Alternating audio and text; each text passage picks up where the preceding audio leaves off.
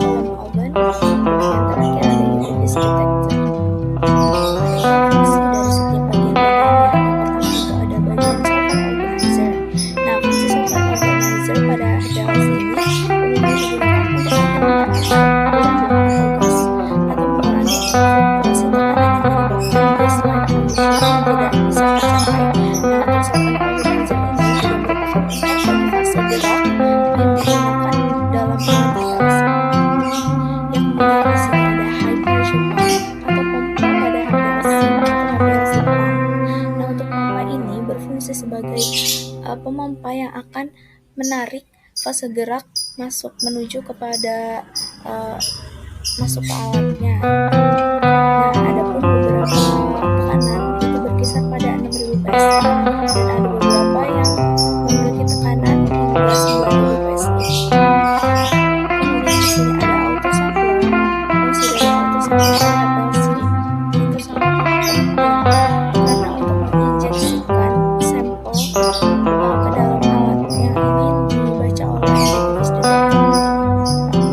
Di sini ada kolom oven. Untuk kolom oven pada HPLC ini berfungsi menjaga suhu atau temperatur pada range tertentu. Hal ini dilakukan karena nilai pada mobile phase atau gerak bisa berubah pada suhu yang berbeda. Artinya jika sampel diberikan perlakuan yang sama pada suhu yang sama akan meningkatkan keakuratan proses pengambilan data. Kemudian di sini ada device detector. Device HPLC ini menggunakan prinsip dasar bahwa senyawa-senyawa tertentu dapat menyerap cahaya pada gelombang tertentu. Jadi ketika sampel melewati detektor ini akan dibaca khusus dan nantinya akan dikeluarkan hasilnya dalam bentuk frekuensi waktu. Prinsip tentunya yang akan saya jelaskan, jadi fase gerak itu dialirkan menuju kolom atau fase diamnya dengan bantuan pompa. Dengan bantuan pompa, fase gerak ditarik ke dalam alat menuju kolom. Kemudian itu sampel bisa diinjeksikan ke dalam fase gerak menuju kolom juga melalui tali auto sampler. Kemudian di dalam kolom terjadi pemisahan senyawa-senyawa berdasarkan perbedaan kepolarannya. Nah, senyawa yang berinteraksi dengan fase diam akan lebih lama keluar dari kolom. Begitupun sebaliknya.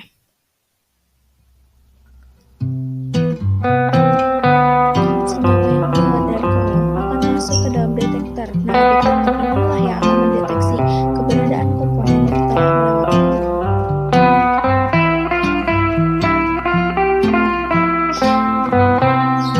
Kemudian detektor akan mendeteksi keberadaan komponen yang telah melewati kolom dan memberikan sinyal elektronik pada pengolahan data yang ditampilkan output visual dalam bentuk kromatogram. Ya, selanjutnya di sini saya akan menjelaskan mengenai pembacaan dari alat HPLC. Yang pertama, informasi waktu retensi dapat digunakan untuk menganalisis kuantitatif. Maksudnya adalah hasil dari alat HPLC ini kan berbentuk kromatogram.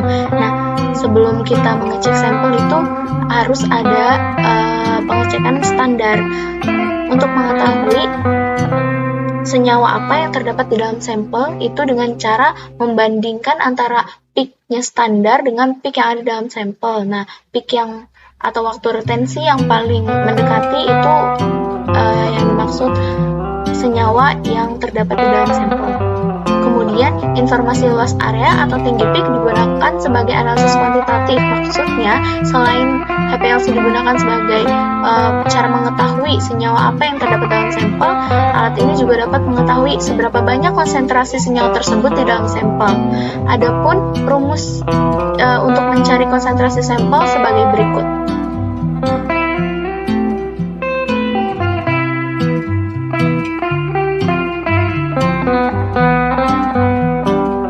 Assalamualaikum warahmatullahi wabarakatuh. Halo, kali ini saya akan membahas mengenai HPLC atau High Performance Liquid Chromatography pada mata kuliah instrumentasi klinik. Langsung saja kita ke materinya. Parameter kalibrasi HPLC. Terdapat beberapa parameter untuk mengkalibrasi HPLC. Di antaranya akurasi laju air, akurasi injektor, presisi sistem, akurasi panjang gelombang, linearitas detektor, linearitas injektor, dan akurasi suhu oven. Kita akan membahas 4, yaitu akurasi laju air, akurasi injektor, presisi sistem, dan linearitas